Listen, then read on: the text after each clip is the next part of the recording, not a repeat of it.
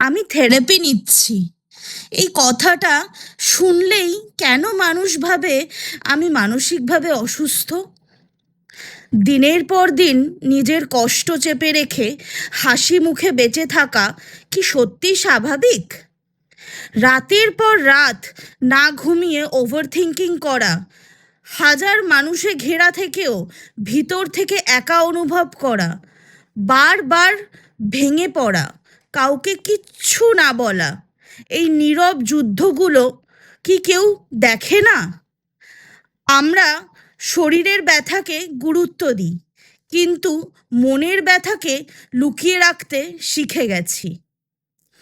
তাই যখন কেউ বলে যে আমি থেরাপি নিচ্ছি বা থেরাপি নেওয়ার সিদ্ধান্ত নিচ্ছি, তখন সে আসলে হার মানে না, বরং নিজেকে বাঁচানোর চেষ্টা করে।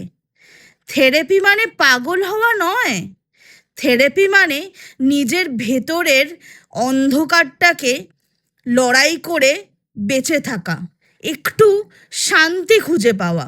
কারণ মেন্টাল পিস কোনো লাক্সারি নয়, প্রত্যেকটা মানুষের ইমোশনাল সার্ভাইভালের জন্য খুবই গুরুত্বপূর্ণ। It is essential. নিজের মনের যত্ন নেওয়াটা ঠিক ততটাই জরুরি যতটা নিজের শরীরের যত্ন নেওয়া। আপনারা কি মনে করেন? আপনাদের কি মতামত?